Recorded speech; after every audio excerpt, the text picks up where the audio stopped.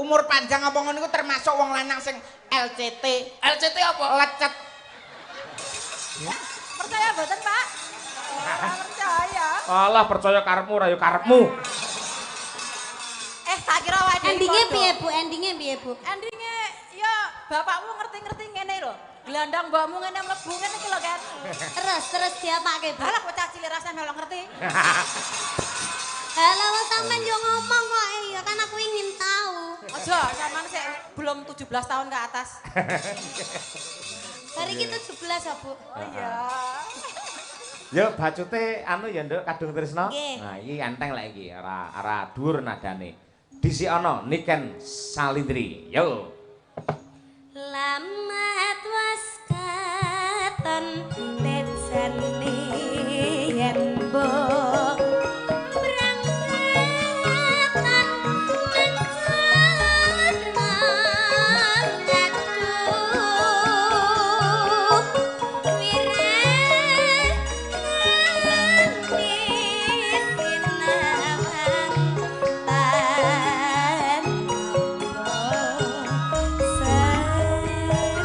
Oke sih.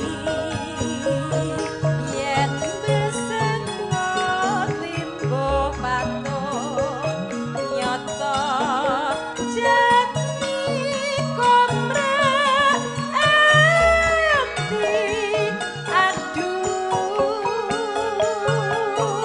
wirakane tali lapisan saremo Natian kepasani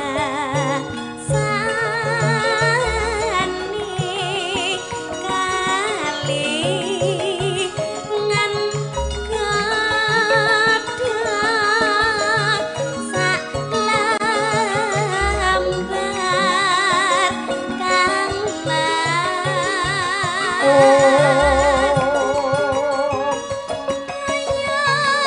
Mas rasa sangesan hatiku.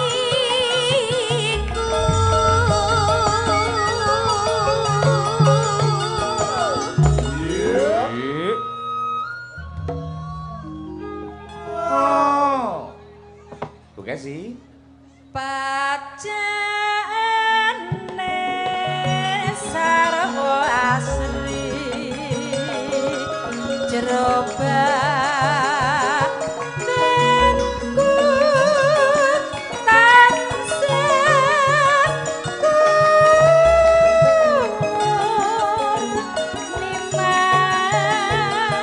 Dua kali ya, Mas.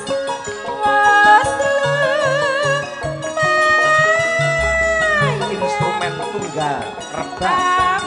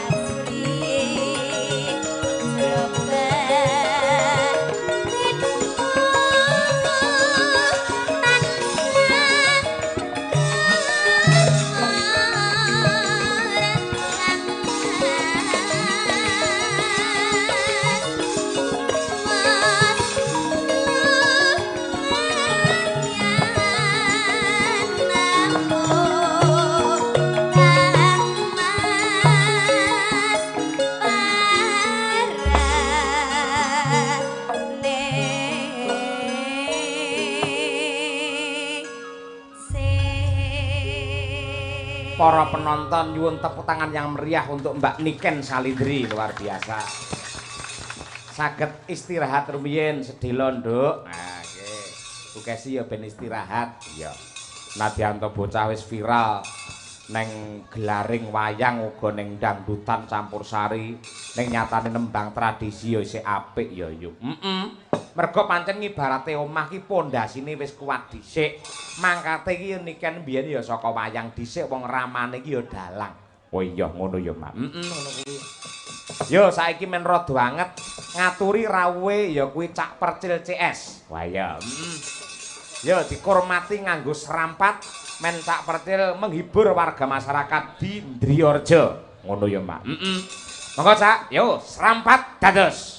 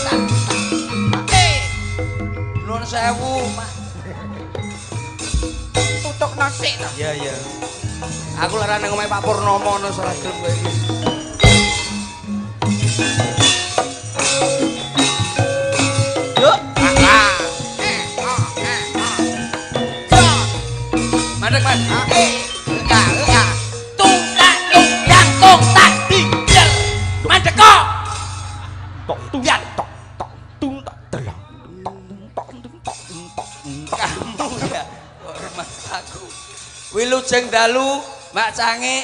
Wilujeng dalu Cak Percil. Alhamdulillah. Alhamdulillah. Warga masyarakat mriki sampun ngantu-antu rawuh panjenengan lho. Alah saestu kula mlebet teng daleme Pak Purnomo. Nggih. Langsung ditokne pawon. Liwat mriki kula. Cetuk Yuti. Tukang masak karo Yuati. Yuati kalih Yuti. Awakmu kok apal? Apal mau mangan apa kuwi jenenge? Kulup apa? Kates. Kates. Wih, pawait. Jane iki jane iki apa iki kulup apa obat aku. Lah awakmu njipuk langsung ning pawone. Njipuk sing wis dimasak. Lah nggih. Lah sing urung dimasak mbok ganyang yo. Cangkemmu yo pahit. Layak kok pahit le. Alhamdulillah. Nggih. Dangu mboten nate kepanggih. Niki asli wonten Magetan luar biasa penonton bludak niki. Nggih, pancen mekaten. Mertandani bilih piyai Magetan menika sanget anggenipun tresna dumateng budaya mliginipun wayang kulit. Tepuk tangan untuk penonton Magetan malam hari ini. Luar biasa. Sing nonton niku lho sampeyan kathahe kok gumunku wedok tok jane lanange iki lho ning ndi iki. Endi ta? Lek iki lah lanange mosok mung sak cilik-cilik kene iki tok. Lah iki lho wedok tok sampeyan kathahe iki lho. Kowe resepe apa? Resepe membangun rumah tangga, membangun rumah, iya ta? Kuwi mesti nganggo pas watu, gragal, krikil. Yo ge ngecor lambemu iki apa piye kok iso. Wong iki manten lho kok nuwun sewu to Pak Cange. Wong manten mbok kei watu gragal ya lak iki mbangun rumah apa piye kok. Lah yo iki membangun rumah tangga padha karo mbangun omah, Mas. Sing penting butuhke watu, gragal, krikil. Ya wis jajal omong. Lah nganten lorone iki rungokno Mas nganten. Mbak manten. Iya. Iki omongane Mbah Slentem iki. Iya. Mbah Slentem kapan? Nggih. Apa watu ki apa? Watu, gragal, krikil. Watu kudu nguat ngatur wektu. Dadi kuat ngatur wektune, wektu kanggo keluarga, kanggo tangga, kanggo anak bojo, kanggo tangga teparo, kanggo dulur-dulur, kanggo mergawe. Kudu rata, harus balance. Iya balance. Watu. Balance. Iya. Gragal. Saploke duwe mobil lagi ae lho, ngerti balance bareng. Iya. Lah kuna sporing balance. Ya mergane sporing balance. Iya balance. Terus watu, terus watu, gragal. Kudune sing grapyak silaturahmi aja sampe gagal. Dadi grapyak karo tangga teparo, karo dulur-dulure ya karo wong tuane. Dadi grapyak silaturahmi jangan sampai gagal. Silaturahmi itu penting. Man ahabba ayu besatolahu fi rizqihi wa yung sa'alahu fi asarihi fal yasir rahimah. Ngerti ora pucet nah. Artekna Cil, ayo Cil. Artinya apa? Bulanane Google enek lho. Lah. Dadi banget aku kleru senani Gus Miftah kok. Sapa sing pengen didawake umure dijembarno rezekine nyambungo seduluran sing apik karo sapa wae. Kowe iki lho ngono. Iya wah dikeploki. Tepuk tangan enggak apa-apa, tepuk tangan. Dikeploki malah kaya doro. Lha ora nek ngono lho. Kowe ngomongnya ning ngarepku lho Mak Cange. Lah piye? Lah aku lho Gus Miftah tak eloni, Gus Idam tak eloni. Terus Gus Kautsar, terus Gus Samsudin. Iki kon tangga kuwi nyapa mbok. Lah fotone enek ning Facebook akeh lho. Tanggaku. Kuwi tanggaku. Iki kabeh iki aku melok, aku paham ngono ki mangsamu. Dadi ngene iki mau paham. Krikil, gragal, watu, gragal sing nguri krikil. Krikil iki tegese krikil aja sampai keri ningkatke skill. Dadi kepinteran dan skill itu wajib tingkatkan dari tahun menahun, dari hari ke hari. Kudu munggah sebab apa? Membangun rumah tangga. Wong lanang kuwi dadi gentenge, atape, nak wong wedok sebagai sokone. Sak pinter-pintere wong lanang ora ana saka, kuwi ambruk panggahe. Oh, berarti saka ki penting ya? Wong lanang kuwi dadi atap, wong wedok saka. Berarti anak putu karo lan liyane kuwi dadi dindinge. Oh, berarti menjadi satu. Yang dinamakan rumah tangga. Yang kula mboten ngoten Mak Cange. Pripun? Dengan sing luwih pengalaman. Aku sing pengalaman, aku sing tahu gagal. Nggih niki pindho tak bacok cengelmu lho wis meneng pindah. Lah ya kan pengalaman to. Iki aku ngomongi Mas Relo sama Mbak Nanda. Kita omongi wis iki tenan iki sing tau tak lakoni ya wis pokoke. Aja patek gugu, Mbak. Iki omongane dagelan yang golek duit. Gak omong aku. Lho ya omong. Nek ngatung golek duit mbok omong ning kene iki aku ning kene silaturahmi. Silaturahmi tenan. Oh, golek duit. Wong nek mencel-mencel rumah sakit. Nek silaturahmi tok engko duwite tak gawa aku bosok kowe. Lho iki selunas saulan kepungkur iki bosok rene mulih gawe apa karo aku. Lah urusanku piye? Halah, engko tak dongane. Masa donga tok. Donga iki penting. Duit iki keri. Adimu lho Kang wis mbok utang pengen 6 lho iki. Wis to gampang. Mas Mas Relo sama Mbak Nanda. Mbak Nanda. Iki carane mung gampang, Mak Cange. Carane Jadi kudu saling mengerti, rungokno omong aku. Mengerti. Lah aku ngomong ngene iki, cah wedok, cah cilik nangis. Sedih saking trenyuhe karo omonganmu. Njaluk jajan ra ditukokne mboke. Njaluk jajan. Mas aku nak wis ngerti Ora omonganmu. ning ngono. Compone umpamane enek gerah ngelune Mas Relo, Mbak Nanda, kowe kudu ngerti. Carane piye? Carane umpama nenek sing lanangi panas utawa piye ge apene Wong nyambut lanang gawe. capek. Wong lanang capek, kesel, panas, apene budal nyambut gawe cukup ning ngarep lawang. Resepe piye? Utawa ning ngarep TV dilus-elus sirahe. Ya ampun, Mas Relo, bojoku sing paling gandeng dhewe ndang sehat ya, Mas. Sesuk lak sehat kok tak paringi ngono ki wis. Wong lanang wis seger waras budal cut nyambut gawe. Mulih teko nyambut gawe sing lanang senengane apa sik?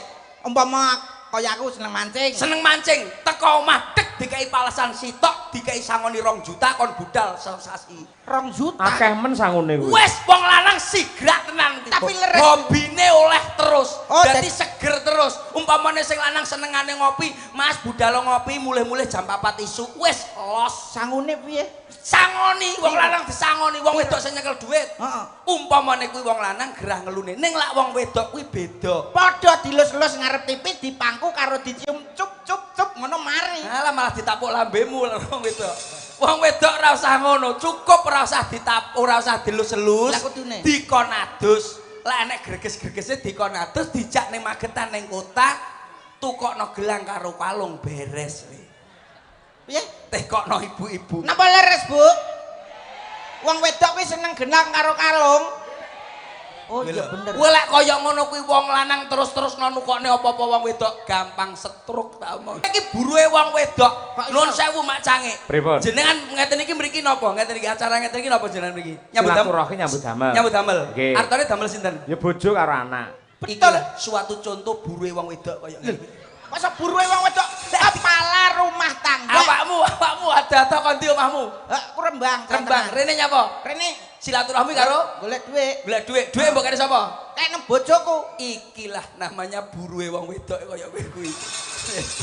Lho ngendi papan ya wajibe ngono kuwi ya nafkah lahir batin aja. Nafkah lahir, nafkah batin harus tercukupi sebagai kepala rumah tangga wong lanang. Wong wedok njaluk apa mbok tukokne? Tak turuti umpama ngene iki entuk dhuwit lho, ibarate umpama 10 juta langsung plek nyoh Dik, dhuwitku kayaku bengi iki plek. Alah kecapean geplek bongko kowe akhire wis to. Lah awakmu ning kene iki ngapa? Golek dhuwit. Lek dhuwit Umpamane gedine 10, tak kene bojoku 10 juta. 100.000. Lah sing 9 juta 900. Dana kenakalan, kamu gak tahu ya? Iki garai wong lanang umur panjang iki sing duwe kenekan ngene iki. Ngono umur panjang apa ngono iku termasuk wong lanang sing LCT. LCT apa? Lecet. Wong lanang 9 juta 900 mbok gawa dana kenakalan. Terus entuk LC piro? Ngawur e, aku adoh karo ngono kuwi mangsa mulih baben kok kale. Aku kok masaku. Kados kula ngeten iki ningali nduk niken. Nggih. Terus Dumi. ngene iki. Aku saiki ndelok cah wedok iku ora teko wajah le. Saestu kula niki mboten saene wajah. Kok ora kok wajah? Dadi tak Rata-rata omong. wajah lho sing dipirsani. Alah jomblo-jomblo saiki ndelok cah wedok, celak kowe ndelok teko apa? Yo delok teko wajah. Liyane wajah. Body. Apa neh? Rambut. Rambutnya piye? Hah, rambutnya yo golek sing lurus lempeng ngono kuwi to, Mas. Lah lurus apa? Nek lurus ki mestine yo gampang diatur. Ngono nek rambutnya keriting mie, sing ngombane keriting-keriting ngono kae, Ya. kuwi akale akeh. Terus Ngono nek sing keriting gandul, ngono kuwi lurus terus keriting gandul, kuwi biasane angel, Mas. Rada apa? ngomong-ngomong rada angel. Susah ditebak, tapi awale yo akeh. Lah kula mboten. Kula amit nuwun sewu, amit nuwun sewu. Pripun nek jenengan Kula saking pripun? niki lho, kencet niki. Niki kencet to jenenge.